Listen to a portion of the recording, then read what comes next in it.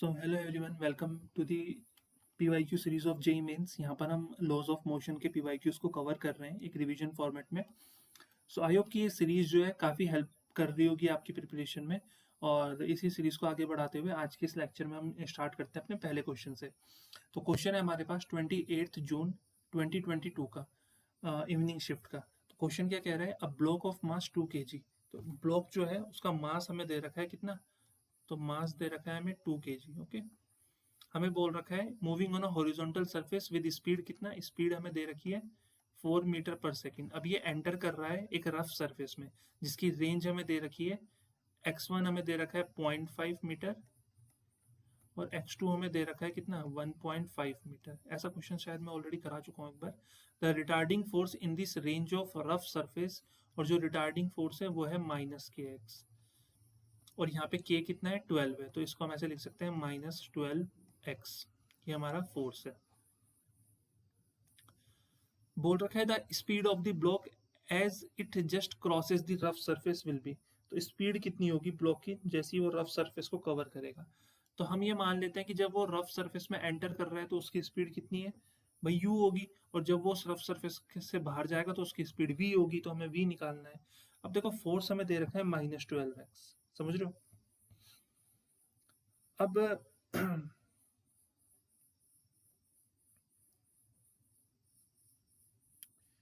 अब इसको कैसे सॉल्व किया जाए कि यहाँ पे हम v निकाल पाए। देखो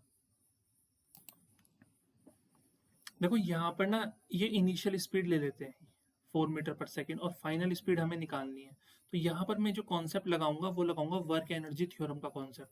वर्क एनर्जी थ्योरम से क्वेश्चन इजीली सॉल्व हो जाएगा। तो वर्क एनर्जी थ्योरम बोलती है कि जो वर्क डन होता है वो क्या होता है, final kinetic energy half m v square, ये तो होता है half m v square minus initial kinetic energy half m u square. ये फॉर्मूला होता है वर्क एनर्जी थ्योरम का। तो इस क्वेश्चन इसके अकॉर्डिंग हम अपने क्वेश्चन को सॉल्व करेंगे, ठीक है।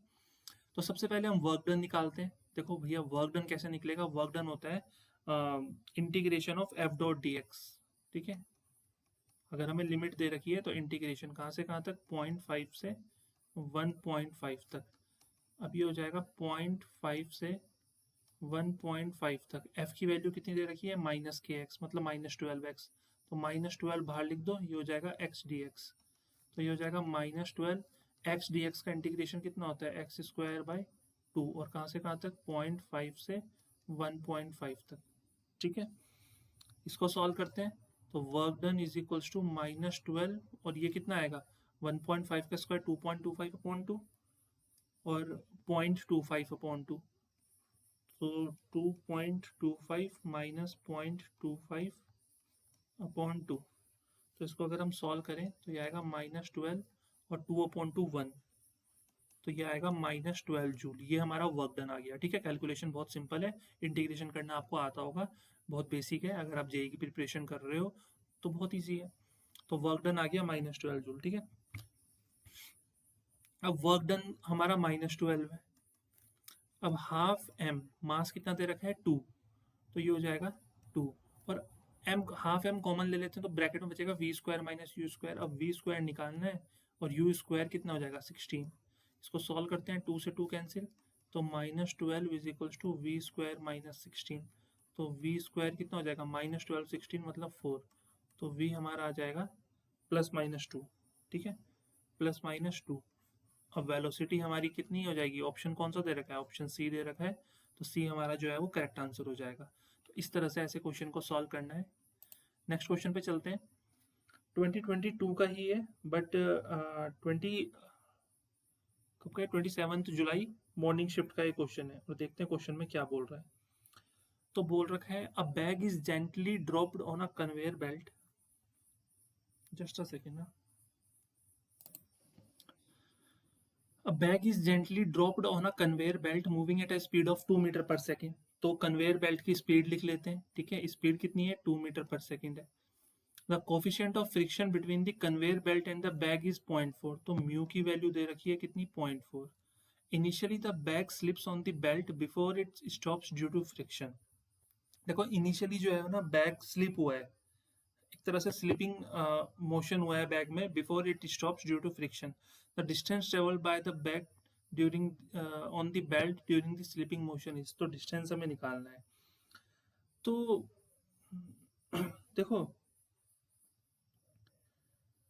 बैग जो है ना, बैग जो है वो इनिशियल स्पीड उसकी 2 ले लेते हैं, क्योंकि फिर वो स्लिप हुआ, जैसे ही हमने उस बैग को उस कन्वेयर बेल्ट पे रखा वो स्लिप हुआ, और स्लिप होने के बाद वो रुका, तो फाइनल वेलोसिटी तो 0 है।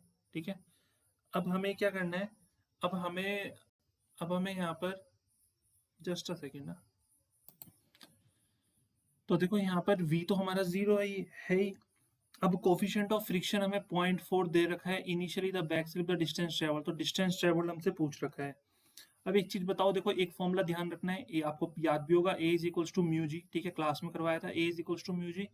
तो यहाँ पर a बराबर म्यू कितना है 0.4 और g कितना है, g को हम लेंगे 10, क्योंकि 10 बोल रखा है क्वेश्चन में लेने के लिए।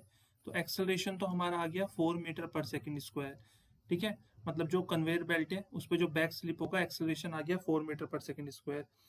अब यहाँ पे हम इक्वेशन ऑफ मोशन लगाएंगे, third v square is equals to u square और -2as। देखो माइनस इसलिए लगाया है क्योंकि वो रुक रहा है तो रिटार्डेशन हो रहा होगा, तो यहाँ पे प्लस लोगे तो इसको -4 कर देना, एक ही बात है। तो फाइनली तो वो 0 हो रहा है, u हमें दे रखा है कितना 2, तो 2u स्क्वायर हो जाएगा 4 -2 एक्सेलरेशन 4 और s हमें निकालना है, तो 4 इज इक्वल्स टू 8s, तो s इज इक्वल्स टू कितना हो जाएगा 0.5, तो s हमारा आ जाएगा 0.5 मीटर, तो ये हमारा आंसर आ जाएगा 0.5 मीटर। तो ऑप्शन नंबर बी हमारा यहाँ पे करेक्ट आंसर रहने वाला है 0.5 मीटर का। सो आई होप इतना क्लियर हो गया होगा। चलते हैं नेक्स्ट क्वेश्चन पे और देखते हैं नेक्स्ट क्वेश्चन क्या बात कर रहा है। ये भी 2022 का ही हमारे पास क्वेश्चन है, ठीक है। क्वेश्चन हमारा 27 जुलाई का ही है और इवनिंग शिफ्ट का ही क्वेश्चन है। तो क्वेश्चन क्या कह रहा है देखते हैं। तो क्वेश्चन कह रहा है कि अब block A takes 2 seconds to slide down a frictionless incline of 30 degree and length L, kept inside a lift going up with a uniform velocity v. Kept inside, ठीक है। If the incline is changed to 45 degree, the time taken by the block to slide down the incline will be approximately। अच्छा देखो यहाँ पर ना interesting चीज है, यहाँ पर इंटरेस्टिंग चीज हमें क्या बोल रखी है कि एक ब्लॉक ए है, ये एक लिफ्ट है, ठीक है,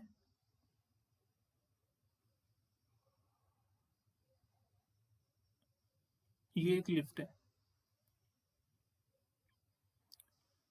और ये दूसरी लिफ्ट है, ये दूसरी लिफ्ट है। यहाँ पर एक इंक्लाइन रखा हुआ है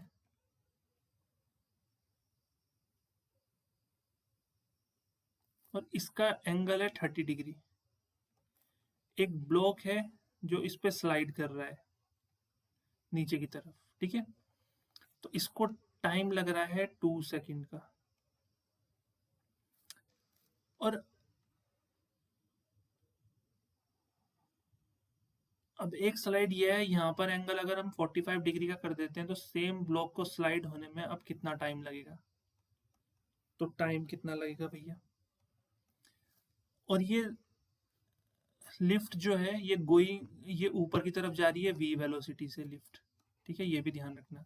अब दोनों ही केस में ऊपर की तरफ जा रही है। देखो वैसे अगर इसमें एक ऑप्शन को एलिमिनेट करना है तो आराम से हो सकता है भाई, 30 डिग्री में इंक्लाइनेशन कम होता है तभी उसको 2 सेकंड लग रहे हैं।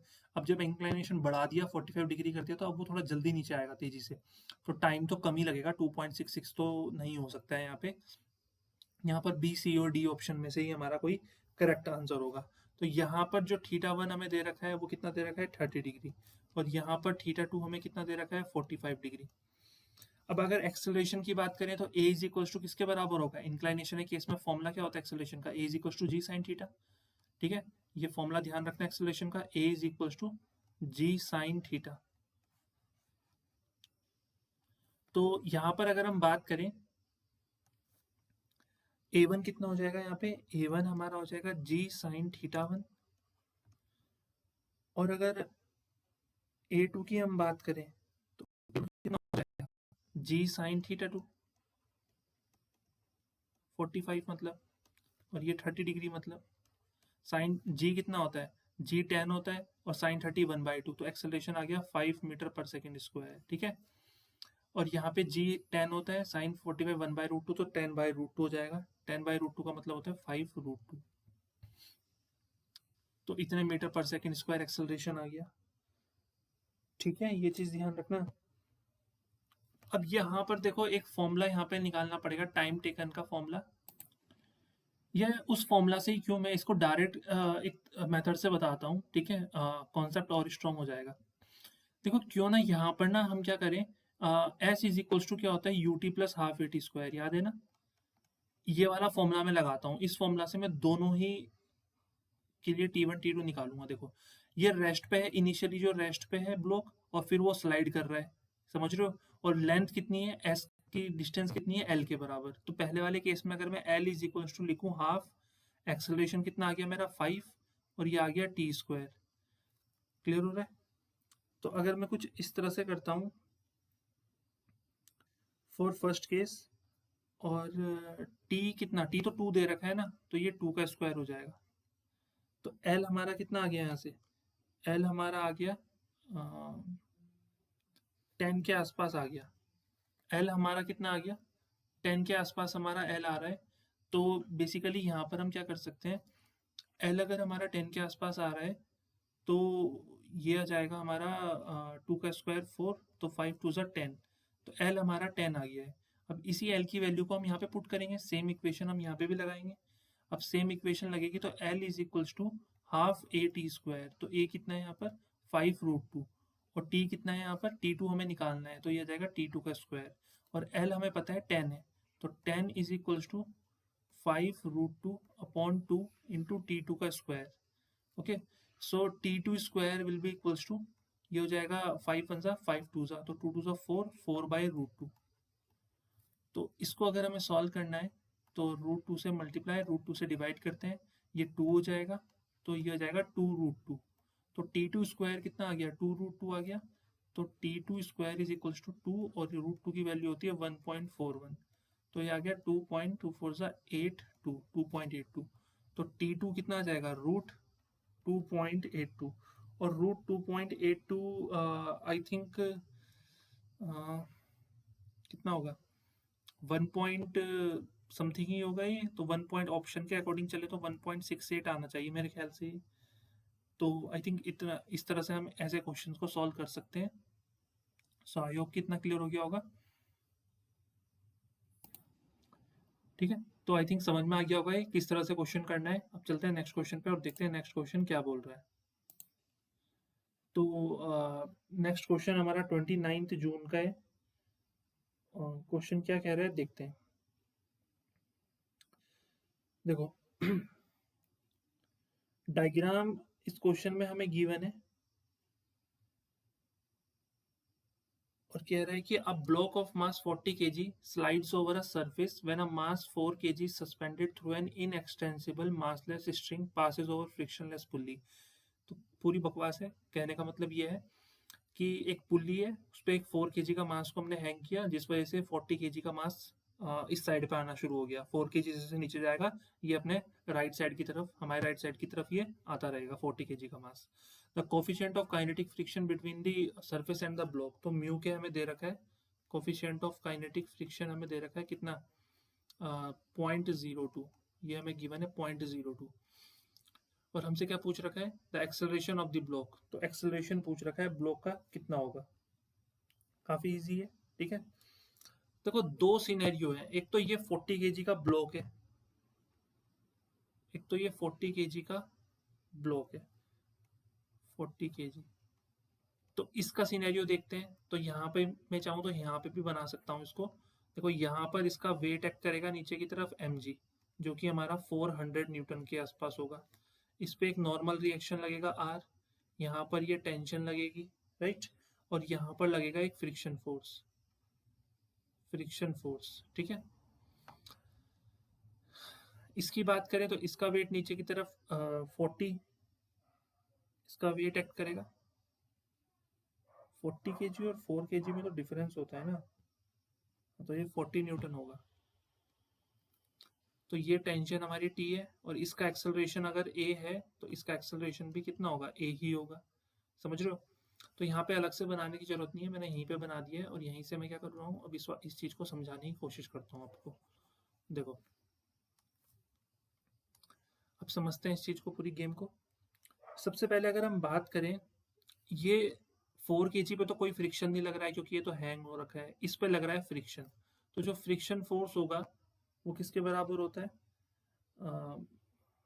स्लाइडिंग, कौन सा काइनेटिक फ्रिक्शन है ना, तो फ्रिक्शन फोर्स जो है वो किसके बराबर हो जाएगा, म्यू इंटू एन। एन में हमारा नॉर्मल रिएक्शन होता है, आपको पता है friction force is directly proportional to normal reaction. और friction force is equals to, ठीक है, friction force is equals to mu में दे रखा है 0.02, और एन किसको बैलेंस करता है, नॉर्मल रिएक्शन वेट को। तो वेट कितना है इसका, 400, तो ये दे रखा है हमें 400 न्यूटन। तो इसको अगर मैं सॉल्व करता हूँ तो ये मेरा आ जाएगा 2 4 ज़ा 8, तो ये हमारा आ गया 8 न्यूटन। ठीक है, फ्रिक्शन फोर्स जो आ गया वो 8 न्यूटन आ गया। अब इस वाले ब्लॉक को उठाते हैं, चलो।